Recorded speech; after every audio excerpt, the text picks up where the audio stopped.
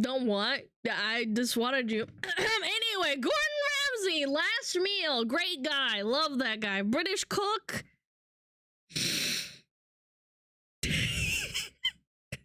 I'm Gordon Ramsay, and my last meal would be a full English breakfast, butter chicken, chicken wings, and an In-N-Out burger. Beef Wellington with a delicious Monkey 47 gin and tonic. And then finally, a delicious sticky toffee pudding, deep-fried Mars bar for dessert. Deep-fried Mars bar? Holy dude. That looks really good. I don't know about you. I love Tico.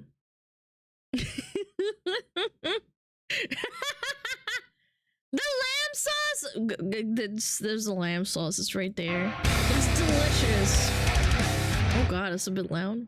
Every person has exactly two things in common. We all gotta eat and we're all gonna die. This guy. Today we're joined by world-renowned chef, television icon, recipient of 17 Michelin stars, and YouTube's most controversial grilled cheese maker, Gordon Ramsay. Welcome to the show. You had to get that one in the end, didn't you? Wait. Controversial grilled cheese? What did he do? Put dog poop in there? Hey, listen, you are one of the most successful chefs of all time, one of the most successful people of all time, and you still got punk kids like me taking the piss out of a single grilled cheese you made, and I apologize officially for that. Yeah, you're like a sort of seventh kid I didn't know I had. Because you just come back and constantly irritate me. And rightly so with that grilled cheese. I'm not going to explain the issues, but I was in the arse end of nowhere. I was up against it at the time. And those little moments, would you believe, we do in our downtime, but I will admit it, live for the first time with you personally, it wasn't good enough. Everybody, that's emotional growth. Can we give it up for Gordon on that? Wait, what did he do? An unmelted grilled cheese? Did he not melt it in time or something? It was bad? I'd have to look into it. I don't know what they're talking about. Gordon, it was awful. Deep fried Mars bar thing in Scotland are amazing, to be honest. Yeah, I mean, it's deep fried chocolate. I can't imagine it's bad. He used cheeses that don't melt. Oh, low temperature cheddar or something. Yeah. Low temperature melting cheese. I'm going to blame Justin Mandel. Justin Mandel was supposed to be our sort of amazing social media, hot producing talent. And man, he said, it looks good. And when those comments started coming, I'm saying, he said, yeah, dive for cover. Hide quickly. Oh, hey, man, sometimes the dish just gotta go out. Also, if I'm your seventh kid, I didn't receive a Christmas present this year, but that's totally fine. We got next year.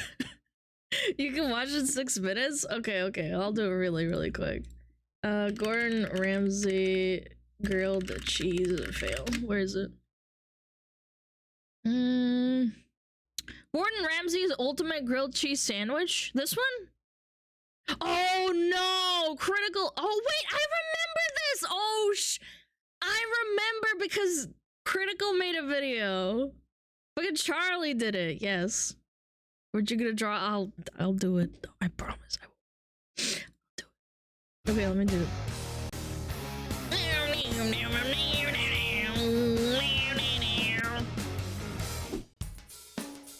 Tasmania, Australia. Now, we all love grilled cheese. I grew up with it. That was cheese on toast. But there's something quite amazing for a grilled cheese, especially when you have these incredible cheeses. A Romano with pepperberry and Asiago. Beautiful. Asiago doesn't melt though. Oh no. I know Asiago doesn't melt. It's more of an eating cheese. I'm going to just cut nice big long slices. So I can take off the rind easily. No! Okay, and those pepper berries is going to make the cheese a little bit spicy. Look at that there. I mean, so beautiful. I don't know about the other cheese. Asiago definitely doesn't melt. Down. You have to like burn it. And literally cut off the rind. Yeah, it probably tastes just fine. And then from there. Yeah, oven top. Yeah, exactly. Like super high heat. Exactly. And just go in half again. So you've got these nice, long, luscious, almost like sort of mini bits of cheese. And look at that. And that pepperberry is incredible. Now the bread. the secret behind Who told him to do this? Did his producer throw him under the bus for this? great grilled cheese is to make sure the bread is not too thin. Look at that. Yeah, but then the temperature you put in between hides the cheese that is supposed to melt. You have to put it like right on top of the element or something, like right underneath it. Beautiful, locally baked country bread. Yo, chat, recommend me some good knives, actually. You just said From Damascus. there, a little bit of butter. I might need some good knives. And always butter heavily on the outside. You're not supposed to You'll see gift why, knives, by the way. especially when you get that nice. I refuse to crisp put it on throne if texture. you're gonna tell me to throne Again, it. It's cover it bad luck. with butter. Butter. He sounds so out of breath With when he's seasoning cooking, man. I outside. love it. With some salt. Oh, some salt. And then from there, Is it? layer. Yes. I believe in Russian culture and in like Slavic culture and also in Japanese culture, gifting sharp things is a bad omen. No, I mean you can gift it, but like I don't know. I guess I'm a little bit superstitious in that way because my parents never do it. In Russian culture, extremely bad to gift a knife. Yeah, and in Japanese as well. You're not supposed to gift that stuff. You buy it yourself. grilled cheese. So So Solingen. almost trying to make it in Shut a way up, that it Chaco. becomes somewhat Look at that almost cheese! fitted to the bread. And the secret behind this grilled cheese, Oh my god, he's gonna Enough. layer it with more shit. kimchi, homemade kimchi, Savage, which is look going to away! give a nice spicy texture Savage, to don't that look! incredible cheese. Now, the acidity in this kimchi, No, incredible. no, not the But once it's been Asiago with the cooked- kimchi. breathtaking. Fold that over, Yeah, he's out of breath. and then from there, push that down. We're going to stick that in the oven. Look, a beautiful fireplace over there. You don't need a good knife? I disagree. Nice and warm. Touch of olive oil in. Beautiful. And then from there, get the temperature up. Just like He's Gul'dan. Starting to Yeah, that's smoke. Gul'dan. rest on the side. Push that down. Gul'dan Ramsay. Nice. Lift up. I think the producer put him up to this. Did he not? Now, as she cooks, start putting some weight on there. This is terrible, Just man. pushing that down. He's so out of breath. Ripping hot pat? Yeah, it's gonna burn it so fast. Look, he's burning it! Okay, it's not burning. Okay, never mind. It's fine. Oh, it's burnt a little bit. It's a little bit burnt. Hey Yolana, hope you're having a good day. Tricky love been watching a lot of your videos after finding you randomly one work day. Fellow, wow, I'll play a Tricky Oh, love. each fellow side. Tricky fan! And then once you've colored Hello! both Thank you so sides back much. I out. really appreciate it. And just place Yeah, we're watching the spatula Gordon on Ramsay top butcher a and push down. grilled cheese. And that helps to get the cheese nicely melted. Yeah, melted by the way. Incredible. The kimchi with that incredible cheese, especially Oh with that my pepperberry, god. it's just gonna be a wonderful combination. And also, it just helps elevate the flavor of that beautiful Flavor. Yeah, grilled shit. cheese. Take that Yeah, out, shit. turn that over. It's not burning. It's not burning. Look, it's not melted! Oh my god, it's not melted! Look, it's literally still a block. Oh my god, it's still a block of cheese! I did that in the microwave once when I was a little kid. I didn't put it high enough. I didn't put the cheese, grilled cheese, I put it in the microwave when I was a little kid because I was starving and my parents weren't home. I made myself a grilled cheese by putting it in the microwave because I didn't want to like burn myself with the toaster. I put it in there and the cheese wasn't melted. This looks like just like what I made. Get away. Beautiful. The cheese Oh is no. melted. Oh no. Oh no. Oh How crispy no. that is. Yeah, it's crispy on the outside and uncooked on the inside. Oh my god!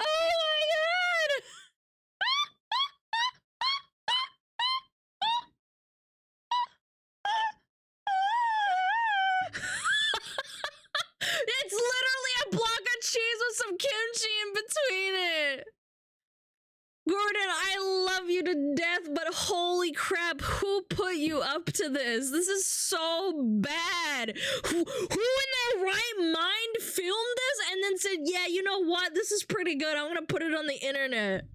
Your producer is cooked. Oh my goodness me. So I started half again. Oh my god, he's having to... There's no cheese on the knife. He's slicing through cheese. Would still eat this? I would, but still.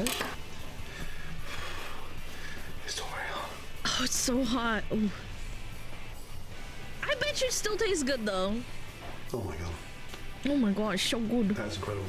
That pepperberry, spicy. I bet it tastes just The fine. acidity It's of not that a grilled kimchi cheese though, for and that sure. bread cooked in the open fire. Tasty. Wow. I mean, it's so His good. end of the video was producer. It almost makes Yeah, me feel yeah. like I want to move to Tasmania. That is delicious. Kimchi and cheese? Oh no. Kimchi and cheese is really good. It's not Gordon Ramsay's. They do it, yeah. Mangchi. I've been watching Munchie for like 6 years. She does it. So it's authentic. It's a thing. It's actually like people do it. It's a real thing that people do. It's tasty. Definitely. But anyway, back to the Gordon Ramsay thing. Now I understand. It's still a sandwich with good cheese and toasted bread? Yeah, but I'm saying, you know. Yeah, Mangchi's the goat. Oh, she is so cute, man. I love Mangchi. She's adorable. I love her so much.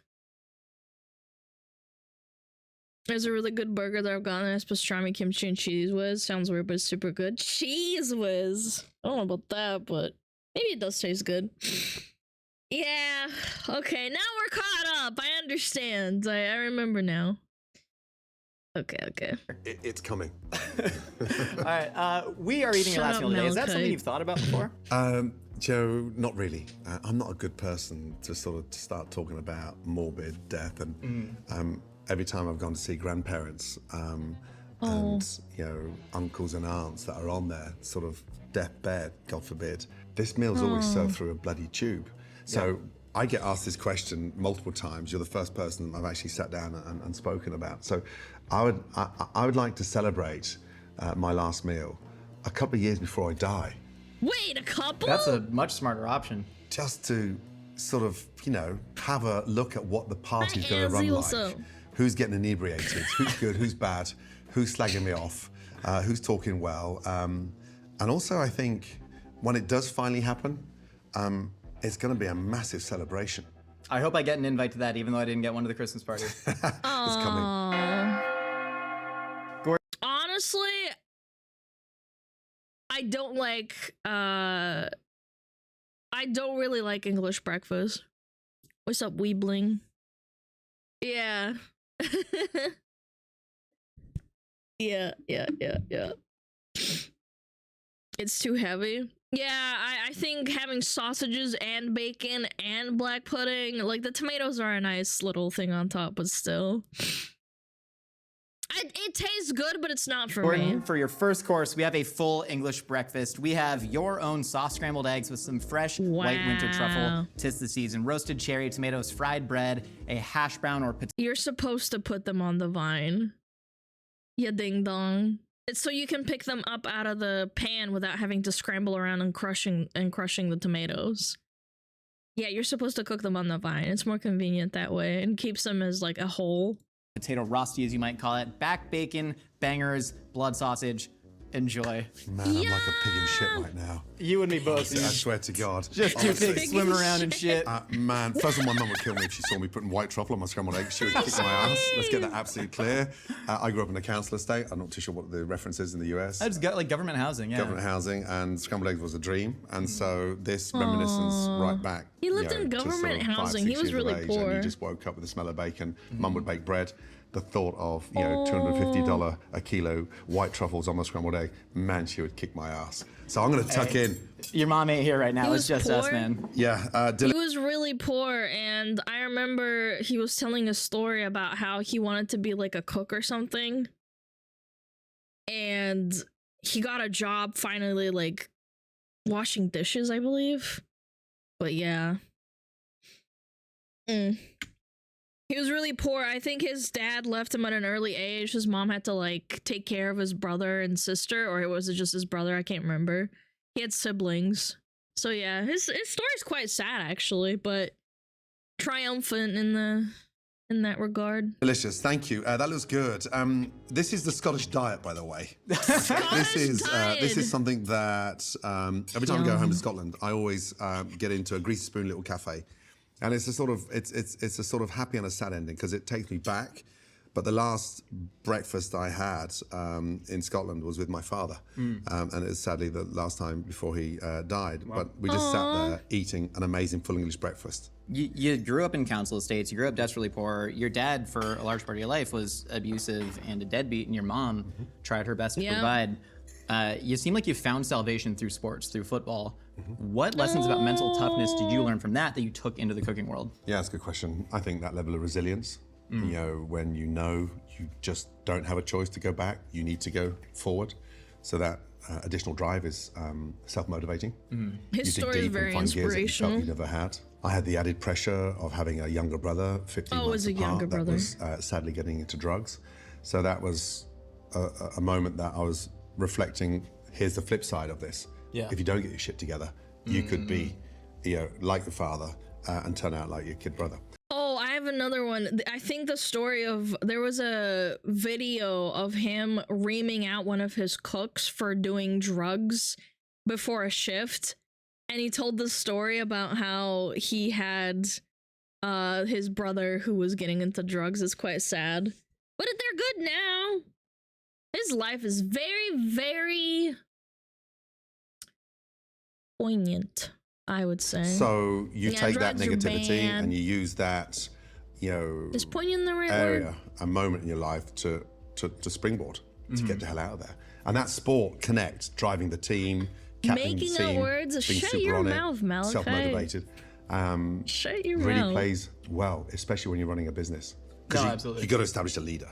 And I've always been a firm believer in dusting yourself down. So what is it? You know, what's the problem? And you know, come back to me with a solution. I actually, one of the chefs that really took me under his wing, Chris Morningstar, I hope you're watching this, buddy, but he refused to hire kids from culinary school, only hired athletes. I mean, his CDC was a fullback at UCLA. His sous chef, now Food and Wine Best New Chef, was a softball player because he Any was like, crime was in athletes chat. understand Prime hierarchy, they sub understand is what it free, means to be bro. uncomfortable, and they understand how to get through the situation. Felon Killer, thank you Today so you fast track, much. you know, Thank you 25 for years 2 months. later, just the power of a chef today, both, you know, male and female, they are built like athletes, marketing tools, peak of their game, physical fitness. And I think chefs down the line will end up being like Tumultuous sports players. upbringing. They'll be traded, Yeah. they'll be And look what kind of bought, great they'll be guy signed, he is now. because that's the way it's going, and that's what Fuck they it. deserve. No, absolutely. I want to talk real quick about your brother. You mentioned that he was younger than you, ended up being a heroin addict, living on the streets. You and him obviously grew up in roughly the same environment. Yeah. Do you think it's nature, nurture, pure spirit of will that you ended up a titan of industry and he ended up on the streets? Combination of both. Yeah. I think when you favor a child within a family, he was my father's blue-eyed boy, and then when that letdown takes place, the ramification on his shoulders was devastating. So Dad and him fell out. He tried to get into the That's army. And he got caught sad. stealing, so he never progressed into those first rounds of that training. I think when you favor someone, and I always get asked, "Oh, you got 6 kids. Who's your favorite?" It depends who I'm with, because we have our moments across that 12-month period where we get quality time together, one-on-one. But you should never single one out in a large family and saying that's my No. favorite, because it could come back to bite you on the ass. No, it really does. If you tell your child, or if you have like moments where the kid is like that with you and then they say, "Oh, you're my favorite," they will tell their siblings. I can't wait to see the drawing. We'll do it tomorrow then, senpai. I'm sorry, I got sidetracked and now we're doing We Act. How about tomorrow? We'll do it. I was not the favorite. I have no idea. My mom and dad never told me, or my brother. I guess we're both favorites, so thank you so much, senpai. I really appreciate it. Where do I rank in terms of your favorite children? You right now have just put one foot on the ladder because the truffles in the scrambled egg. This is delicious, by the way. Yeah. Seriously. Thank you. I was gonna say, don't critique our food like you did with the hot ones wings, man. You tore them apart. Those wings were shit. And that was like sucking on my granddad's toenails. They were that bad. Sean knew they were bad. Okay, and when you got sauce like that and masking that dried chicken, I said next time round, I'll supply the wings. Well, hey, speaking of wings, we got course number 2 coming up. Chicken wings! All right, Gordon, for course number 2, we have butter chicken, we tikka. have garlic naan, we have basmati rice, we also have an butter In-N-Out double animal style, of course, and then we have some buffalo chicken wings. These have been wet brined overnight, a God. light flour dust, and then fried at 375 till crispy and juicy and way better than hot ones. Bloody amazing. I mean, seriously, honestly, this is just a heaven. I mean, even though I didn't want to talk about my sort of funeral, now you give me an idea of a perfect menu, but I want to be there, as opposed to being laid in a box that I can't talk to anyone. So that's why we should do a rehearsal looks a year so good, before. man. I kind of feel like you're never gonna die, Yeah, though. we'll I feel do like it you've been tomorrow training your whole someday, life for to just sure. one day meet death and tell him to go himself. I've been close, you know. Yeah? Yeah, we've been knocking on death's door a few times. What? I get a little bit. How old is Gordon again? narky I think he's like close to 60. He's like 55 or something. with the shiny floor He's stuff. quite old. I got to get back to the reality of how I started and those firm reminders Yeah. of what it's like being back at the coalface. So I need to go off piste. Yeah. And jumping out of a helicopter in the middle of the Amazon, Guyana, rappelling down And he used to do all a sorts of waterfall, fun 300 shit. foot, and out 57. hunting I giant thought he was caiman at close to night 60, eat and yeah. sauce and He's diving with quite great white old. sharks. There's always that moment that I just love that moment, but you do have that He's really shit moment as well relatable. at the same time. God, Yeah. this could have gone so horribly wrong. Hey, it's a memento mori. Remind yourself of death. Remind yourself of life. Please dig in. Yeah. I'll eat wherever you eat. I'm going to start with the burger Yum. because these guys are incredible. The love fact that everything's Mythical sourced Kitchen. locally, They're fun. they stay within California. It's a perfect drive-through. You don't get any hassle. I bring the window down. I give them a little $100 bill as a big thank you, and I pick up my double. Yeah, heaven. Truly, Dude, it's if the I, best way. were, if I ever was that rich, I would just give people like God. huge tips. Bloody hell. Of course, if they do a I good mean, this is job. like delivered but to yeah. set. I mean, this is obviously 20 minutes, half an hour old, but like it's still so good. It's amazing. Straight And also, up, he I took doesn't them as an care. inspiration. When I opened my first burger store in Vegas, everyone said, "You'll never work. You'll never work." And so, how do we come up with the difference? How do we stand out from the crowd? So, I used the banquet suite downstairs for about 9 months. I had all these little miniature barbecues. I started doing the blend with the chuck and rib. And then the secret and the turning point for me is when I started basting these burgers in Devonshire butter. And our Devonshire cows Basting are full of burgers? fat, and the grass and what they graze is just incredible. Is it that dark yellow butter? Yeah, really. But when it caramelizes, Josh, over those coals, the flavor was just like this perfect benoisette. And that was what set our burgers apart Benoisette. from I don't Vegas. even know And what that still word to this is. Day, they're brushed with this beautiful Devonshire butter. Yeah, incredible. In-N-Out, they're brushing these with mustard on the animal style. I've never that's so had good. In-N-Out. Tell me about the Unfortunately. fish head curry that you ate with the Indian dishwashers in your first restaurant job when you were a teen. That got me to where I am Browned today. butter. Oh, And those moments in life when I'm Benoisette. sat with a bunch of amazing Pakistani men Hi, Dark Flame. that were incredible kitchen porters. Night chef failed to turn up. I was last in, so I was first to be called. I was absolutely screwed.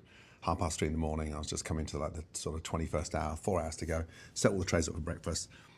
And the two guys, grabbed me by the t-shirt and said, "Hey, you've got to come and eat." I said, "No, I can't eat this time in the morning." I could smell this amazing curry coming from the South Canteen. Went in there, lights were down.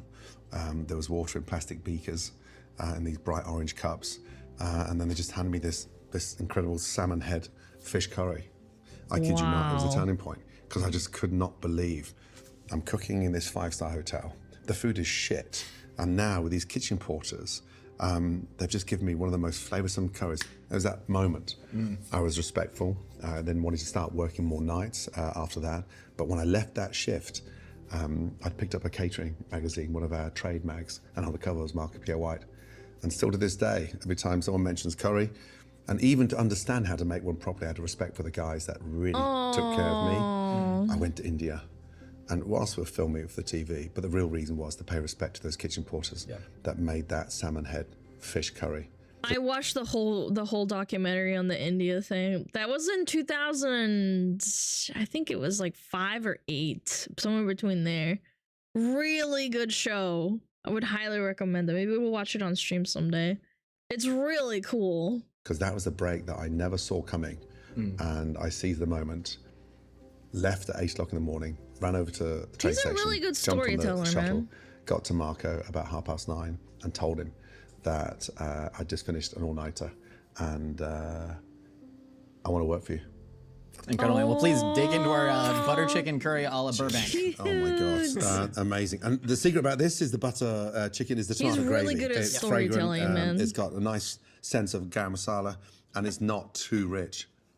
Oh my God. I love that you talk about actually learning Indian technique because so many, especially fine dining chefs who have all the Michelin stars, they talk about, I cook Thai flavors with French technique. Everything ends in with French technique, but to me, Indian technique, making the tadka, like scorching the spices with the hot oil, it's so unique and so endemic to why the cuisine's so good.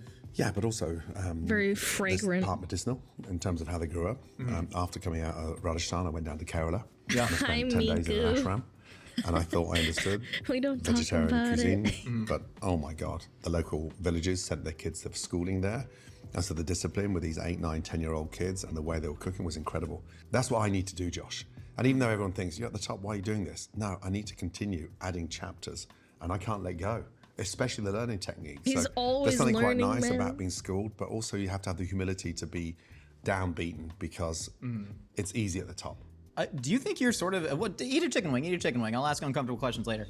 Do you think you're sort of addicted to being downbeaten in that way? Because I mean, you grew up, sports tends to be a pretty abusive world. Kitchens tend to be a pretty abusive world. I guess depending on your definition you of like being motivation versus abused, abuse. Gordon? You had a line in your book, Humble Pie, 2007, that said, with my dad, the abuse had no point, but with Marco Pierre White, the more he screwed you, the better you became. To you, what's the difference between motivation and shit. abuse in that way?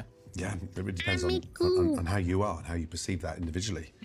I think there's always something incredibly positive to come out of something wrong.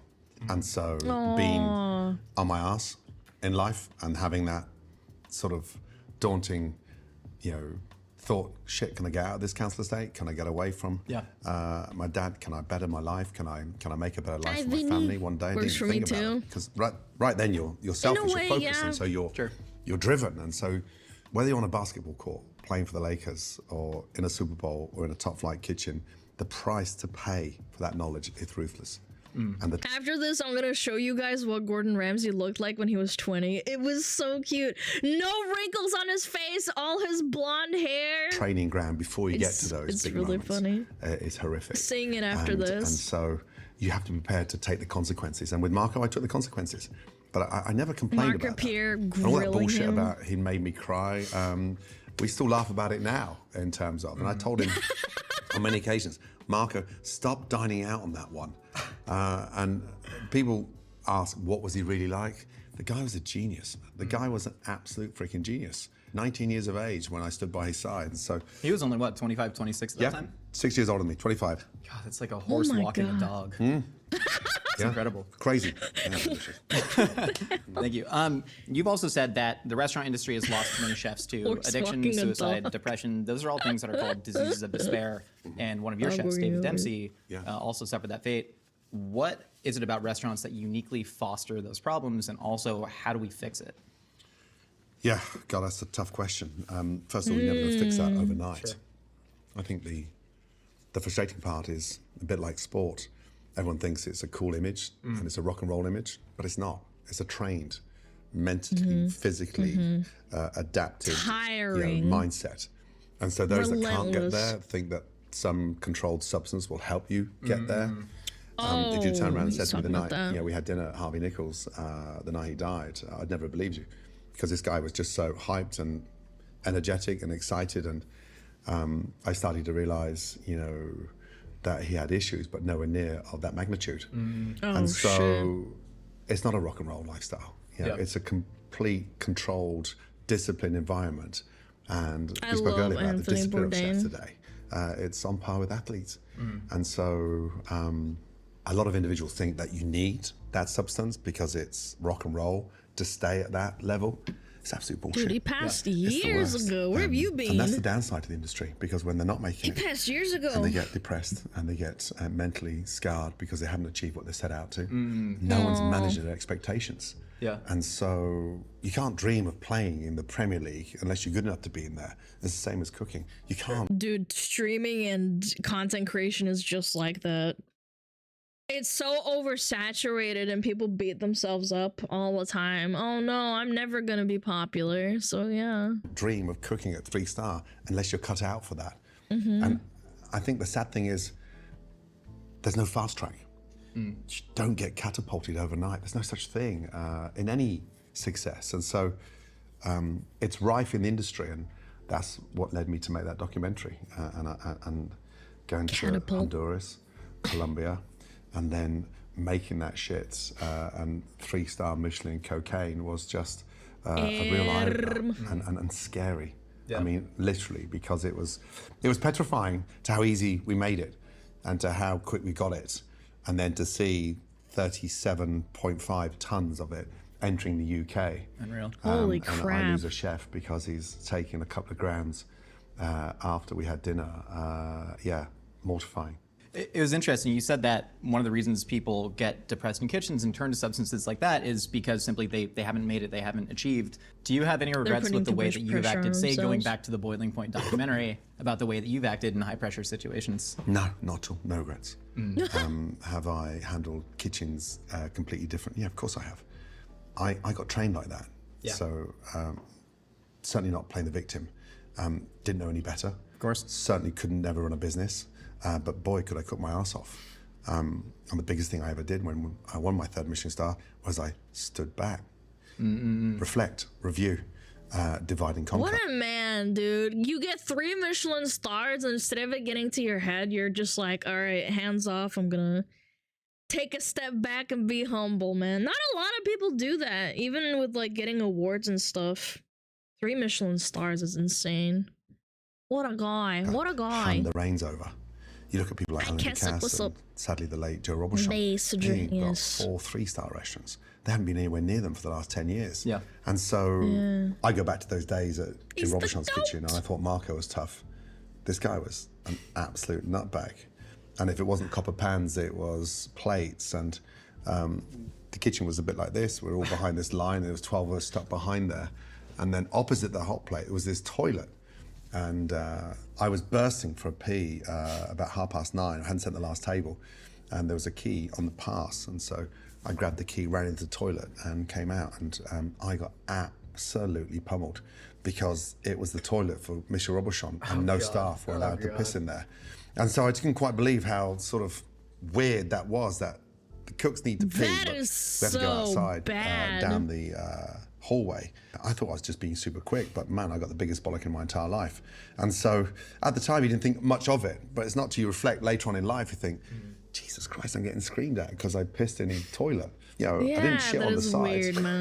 Cringe. And not wipe my Ego ass. I left in status. toilet paper, sprayed the aerosol can, and so I did everything right. But yeah, and so are those kitchens changing dramatically?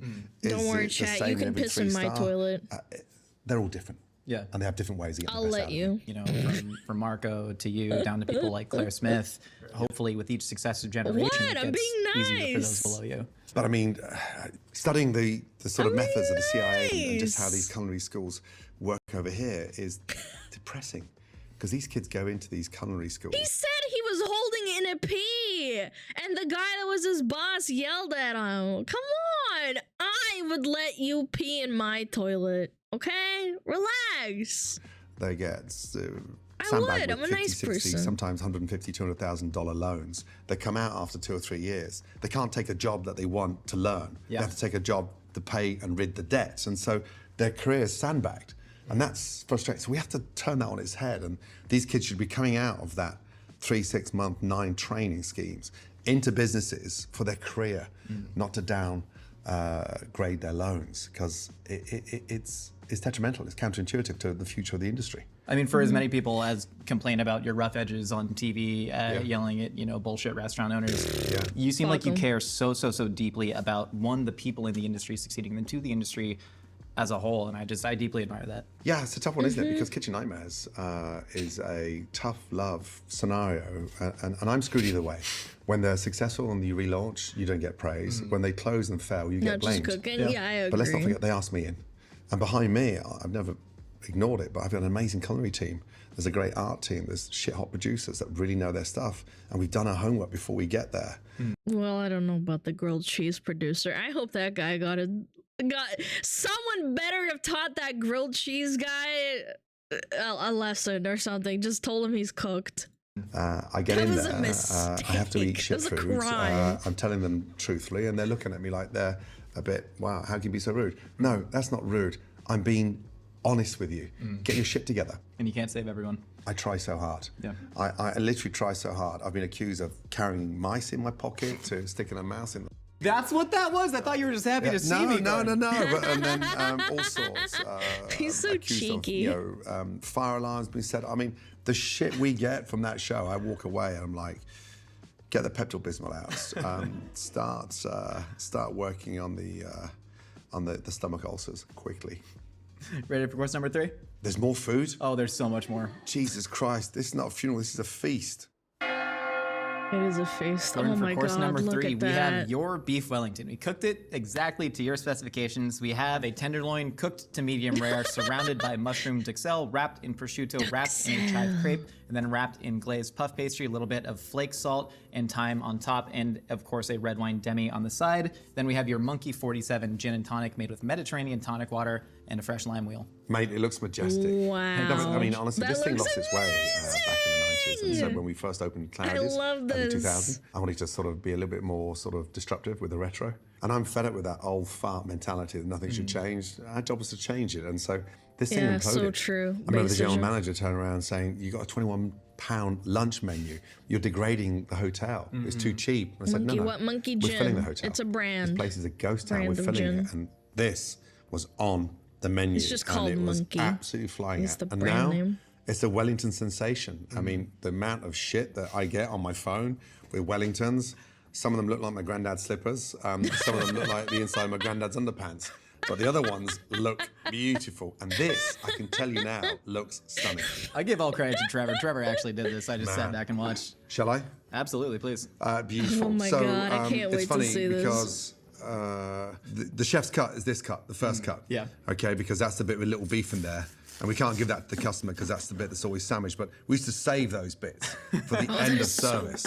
And then just sit there at the end of the evening and eat the Wellington ends. This is beautiful. I mean, Oh my absolutely God. beautiful. Whoever made this, I swear to God, I mean, look at it. God, imagine getting praised by Gordon Ramsay. I would legitimately cry.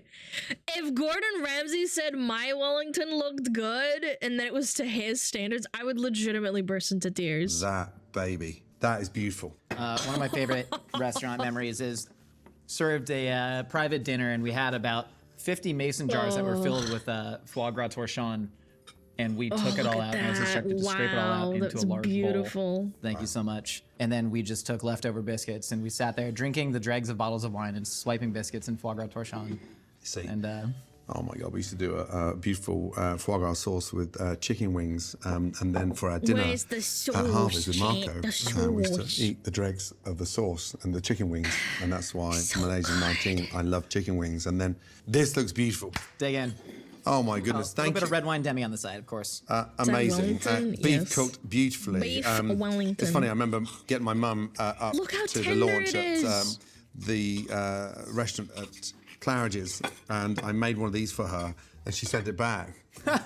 I'm sat there in the kitchen, and there's like 45 chefs, and Mrs. Ramsay, table one. I said, what? What do you mean? It's like, What?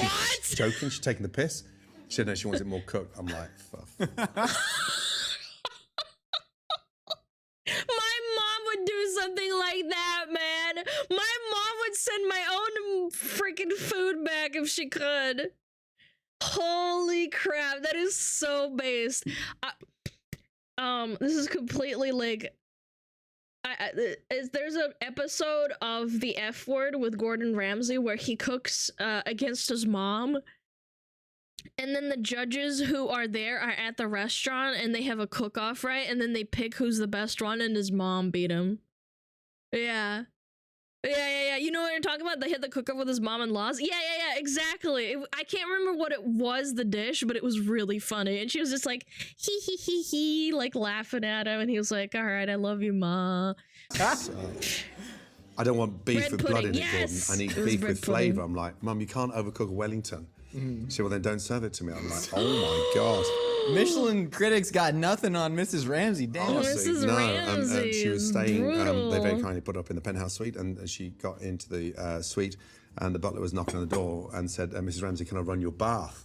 And she said, certainly not, I can run my own. And so she had no idea that we're trying to look after her, but Yeah. that's what mums are like, right? Yeah, I love that. I mean, the working class roots, man. You can. Yeah, the working class roots. I was about to say she had to work really, really hard for her 2 kids since his dad just kind of left. So she's kind of a brutal mom. Feel it in your blood. This is delicious. Seasoned beautifully. Hi, Ashton. Oh my What's God. up? Man, I took too big of a bite. cheers, man. Monkey 47. There's a gin called Gordon's that I'm not a big fan of. And so I went on that gin trail, and 47 has got the sort of tannins and the spice, and it's just an amazing way to sit and enjoy a gin and tonic. I want people to get Beautiful. absolutely paralytic at my funeral. I want to make sure there's cars for them all, SUVs to take them home. I don't want anyone catching SUVs? the bus or the train, and I want them carried out of my funeral wake. Gordon, that is one thing that I can absolutely guarantee you I will bring to your funeral. I will bring the paralytic drunkenness.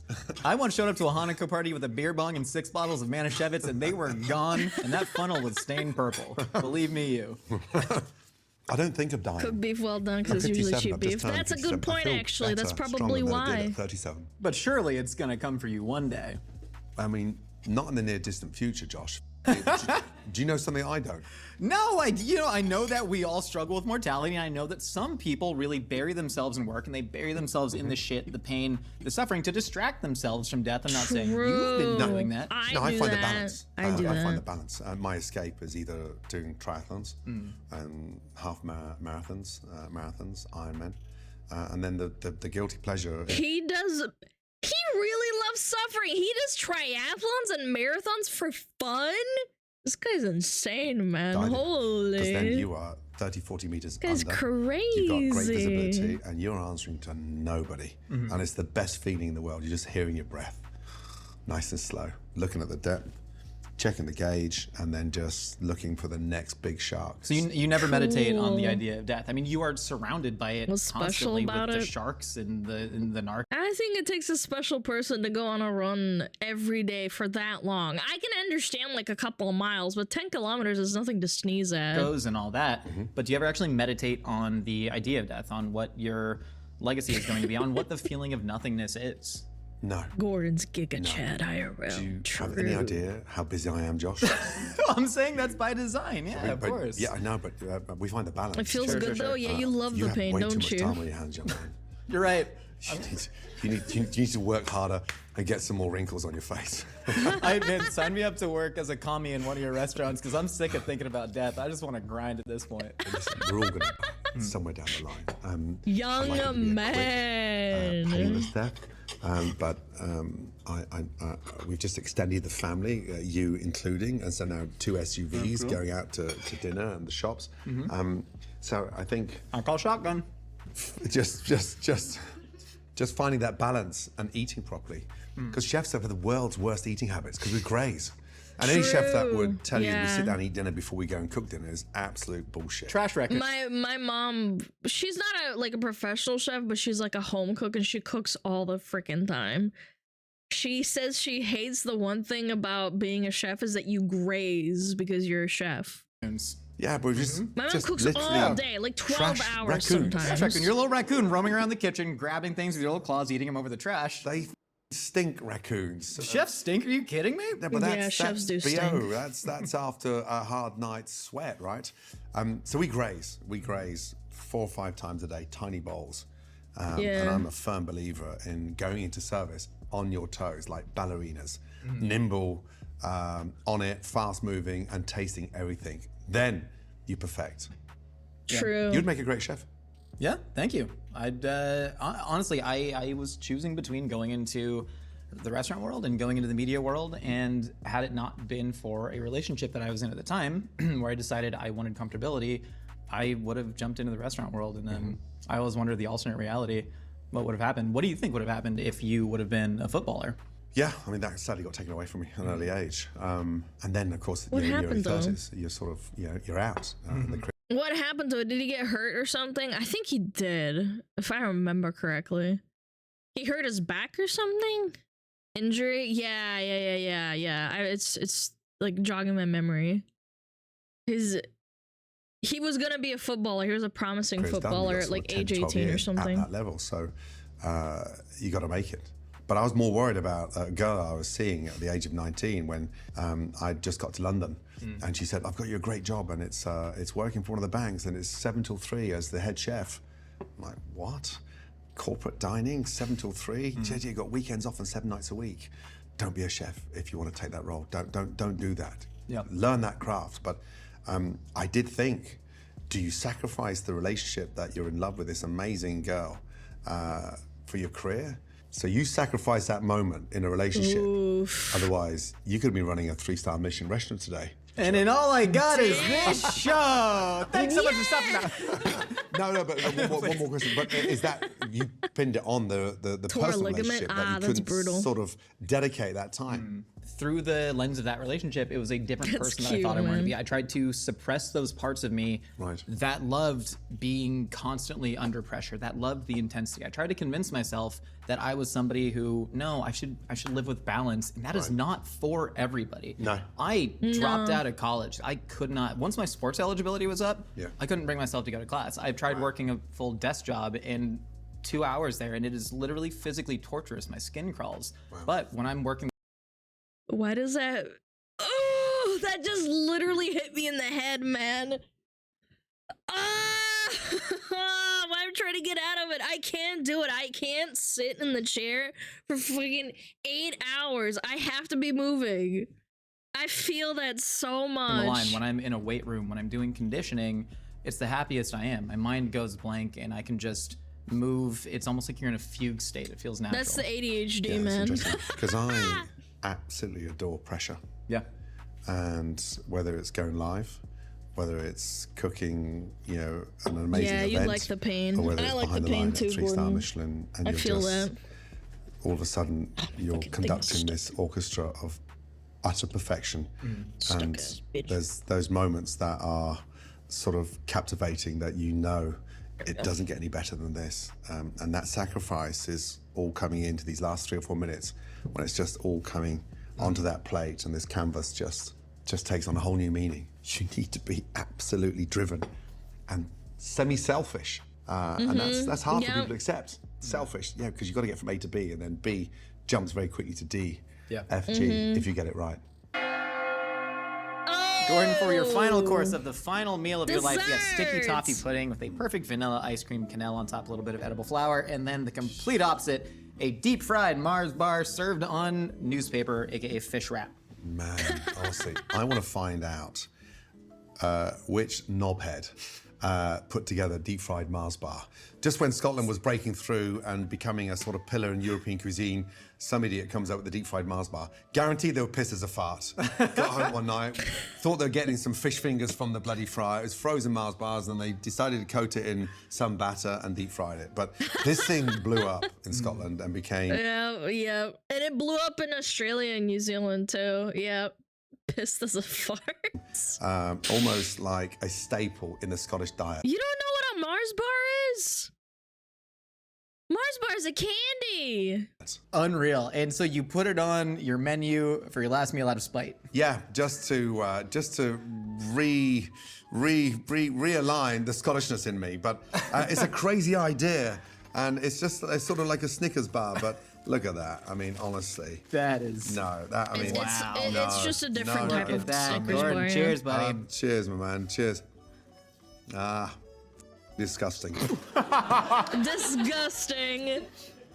I want to find that little Disgusting. asshole who put that thing together and give him a kick up the arse, because just when we're breaking through with the beautiful venison, hand-dyed scallops from west coast of Scotland, beautiful Dublin Bay prawns, amazing whiskey, Mars this bar. fucking idiot puts a deep fried Mars bar together. Yeah. So Watch your ass, Gordon's coming for you. Yeah, beat his this, ass. however, the sticky toffee pudding, this reminds me of Mum, a prolific, amazing chef. It's funny, isn't it, when you grow up and you watch Mum have 3 jobs, you think, Mum, why are you working so hard? You're not actually doing the same because it's in your DNA. Yeah. And Christmas Day morning, you know, we wake up, we want to open a couple of presents that we've got, and Mum's not finished work. But this was the one. Oh. I'm being so emotional today. I'm gonna cry. That is so cute and sad. One go-to dessert that she always did for our special birthdays. Incredible. And it is incredible. Beautiful. Yeah, we did a little bit of scotch in the caramel. I have heard you like to reconnect with your Scottish roots through the fine delicacies, so we put some scotch in the caramel. Delicious. So I mean, it's just cute. absolute heaven. I think I would like to put this dessert inside that coffin. The ancient Egyptians used to do that for good luck. Is that right? There you go. Talking about your mom making this dish, you now, of course, are raising a very large family of your own. I think you can take a lot of good lessons from bad behaviors. What did you learn from your dad about how not to father? That dreadful word when they turn around and say, I told you so. And so that's the condescending bullshit that you never want to tell your kids. 6 amazing kids. We're incredibly lucky. And all I've taught our children is that, find your passion, find your way. Don't do it with fame, fortune, money. I hate that phrase, Meg, our eldest, is an amazing police officer. I Jack told is you in the Royal so, Marines, and so chat. he's, dedicating his life to the Marines. Tilly's at university. Holly's You into guys hate fashion. it when I say Oscar's it? playing havoc in Told the you so. nativity play. He had 2 words to say in his play, and he balls them up because he spotted his mum, and then obviously Jessie's months old. But I always say, the earlier you tell me, the more I can do.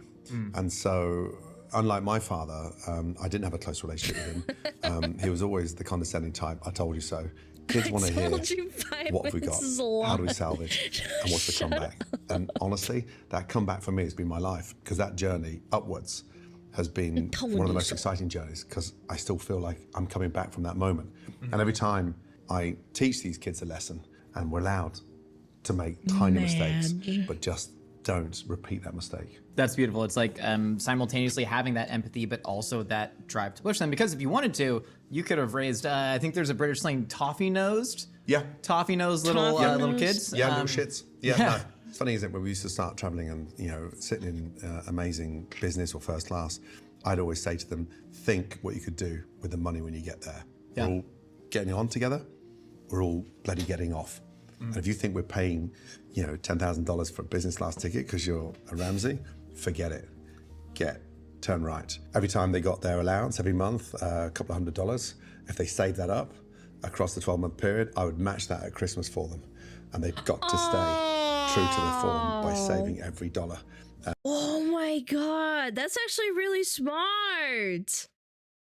If you're a rich parent like Ramsay, but you grew up poor, that's kind of smart, because you don't want to raise your kids poor just because you're rich in that sense. That's smart, man.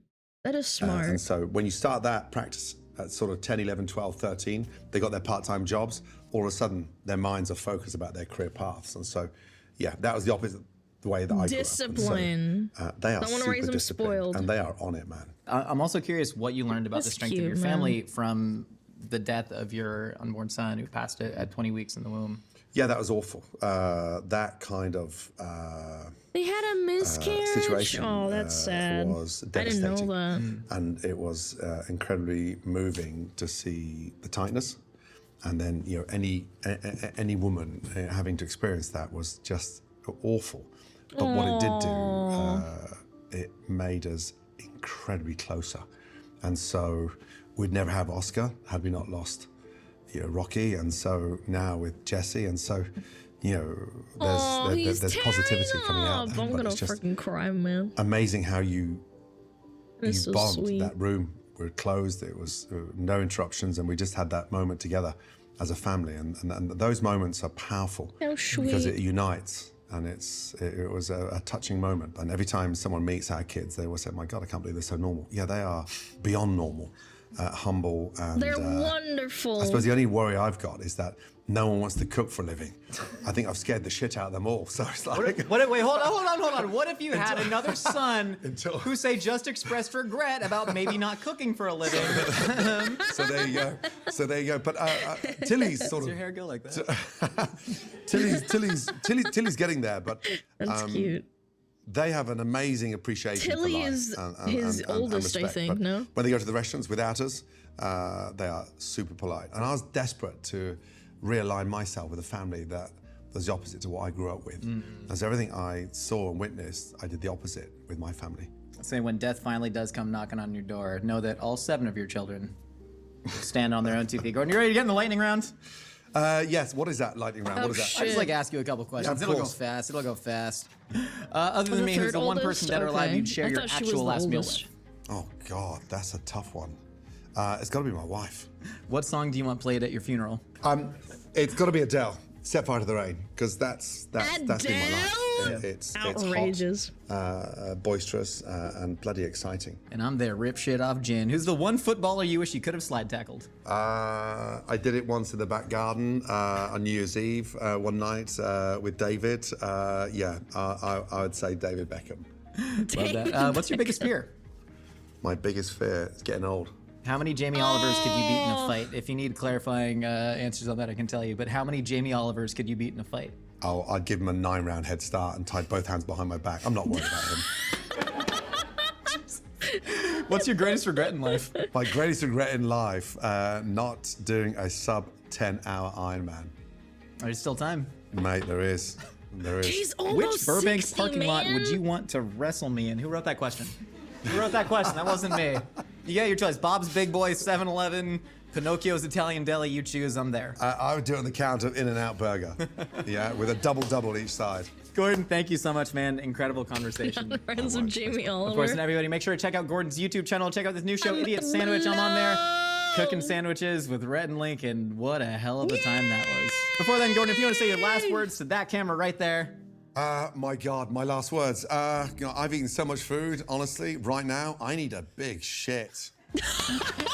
The man, the chef, the poet, the TV icon, Gordon Ramsay, everybody. Thank you again so much, man. This is incredible. Everybody, thank you so much for stopping by. Thanks, guys, the crew, and really well done, everybody, honestly. Face the reality of mortality head on with our new Last Meals hat and tee. That Available is now so at mythical.com. I need to take a fat shit. Oh, that's brilliant. I love that. Oh my God, I'm in tears. Mommy! Piss. Shit! Piss. Fuck. Fucking shit on. Calm. Piss myself. Fuck. Piss. Fuck. Piss.